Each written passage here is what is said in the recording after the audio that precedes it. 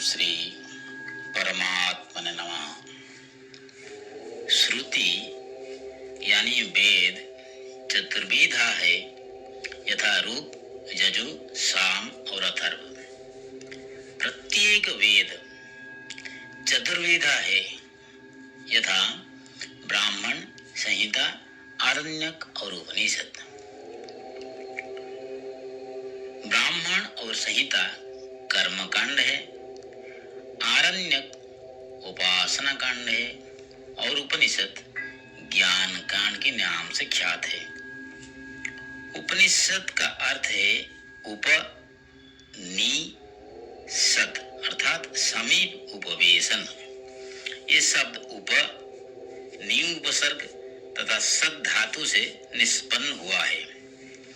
इसका अन्य नाम वेदांत यानी वेद का शेष भाग, प्रस्थान त्रयी यानी उपनिषद, भगवद गीता और ब्रह्म सूत्र में उपनिषद श्रुति प्रस्थान के नाम से ख्यात है। यद्यपि मूलतः 1180 उपनिषद थे, परंतु समय के साथ वो धीरे धीरे कम होते गए स्मरण के अभाव से और पहुंचे 108 पर।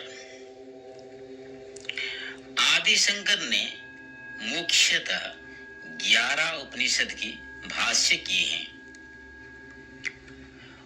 उपनिषद यानी वेदांत में सिर्फ ब्रह्म के बारे में वर्णन है।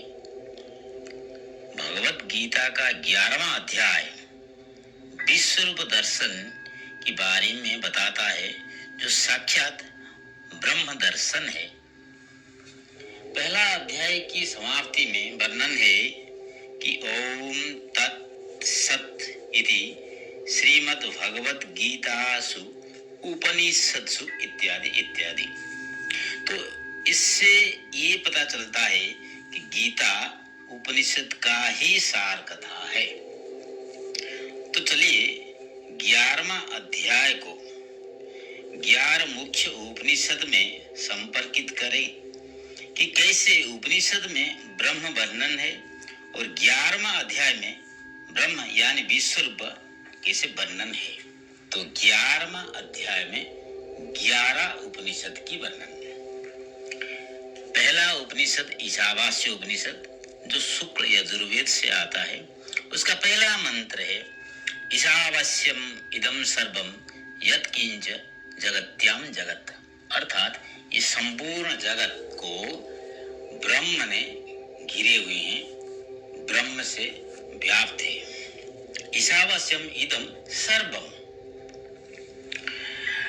दूसरा उपनिषद है केन उपनिषद, जो साम वेद के अंतर्गत आता है।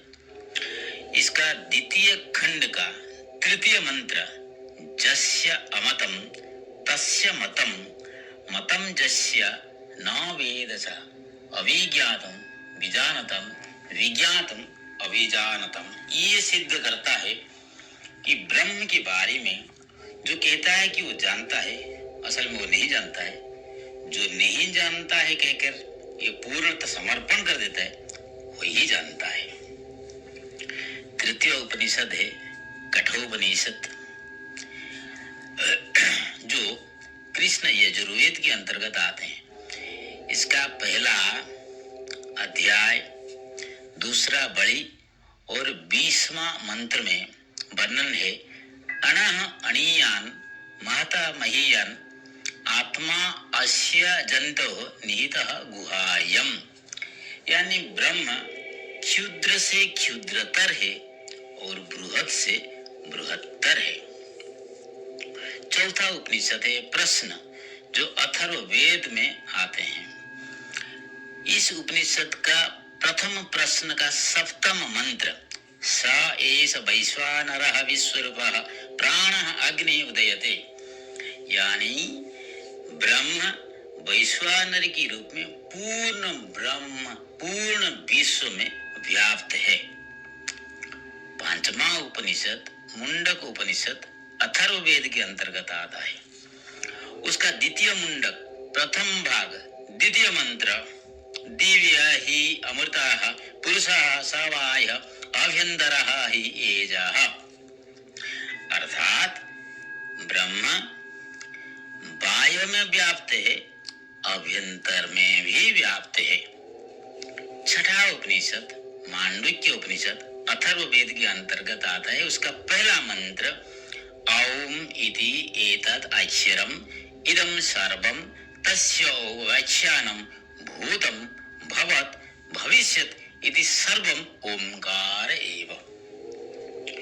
उपनिषद की बारी में कहा जाता है कि ये ब्रह्म ज्ञान है।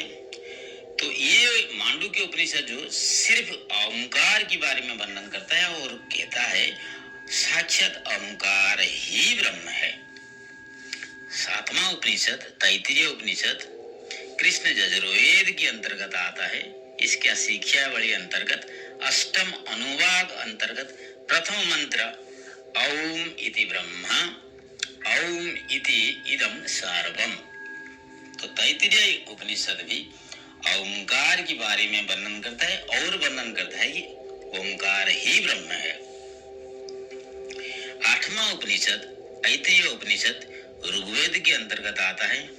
इसका पहला भाग प्रथम मंत्र आत्मा वा इदम एक एव अग्र आसीत न अन्यत किंचित मीशत, अर्थात ये आत्मा ही ब्रह्म है जो पूरे ब्रह्मांड से व्याप्त हुआ है।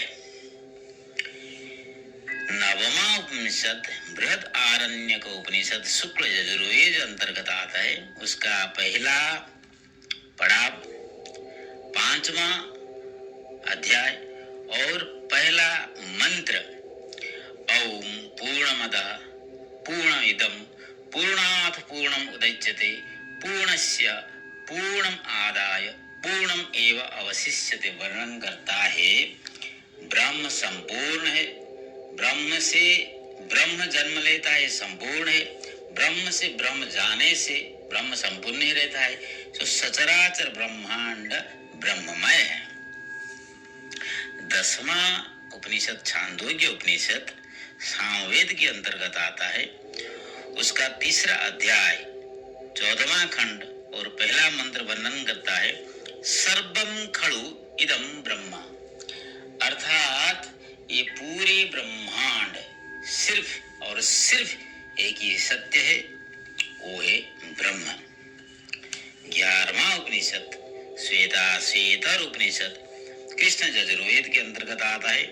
उसका तृतीय अध्याय 13वां मंत्र वर्णन करता है अंगुष्ठ मात्र पुरुषः अंतरात्मा सदा जनानां हृदय सन्निविष्टः, अर्थात ब्रह्म आत्मा के रूप में हृदय में सदा ही विराजमान है, अर्थात वो अंदर है, वो बाहर भी है।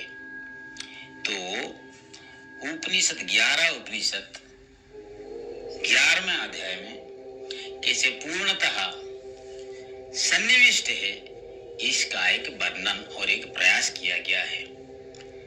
हरि ओम।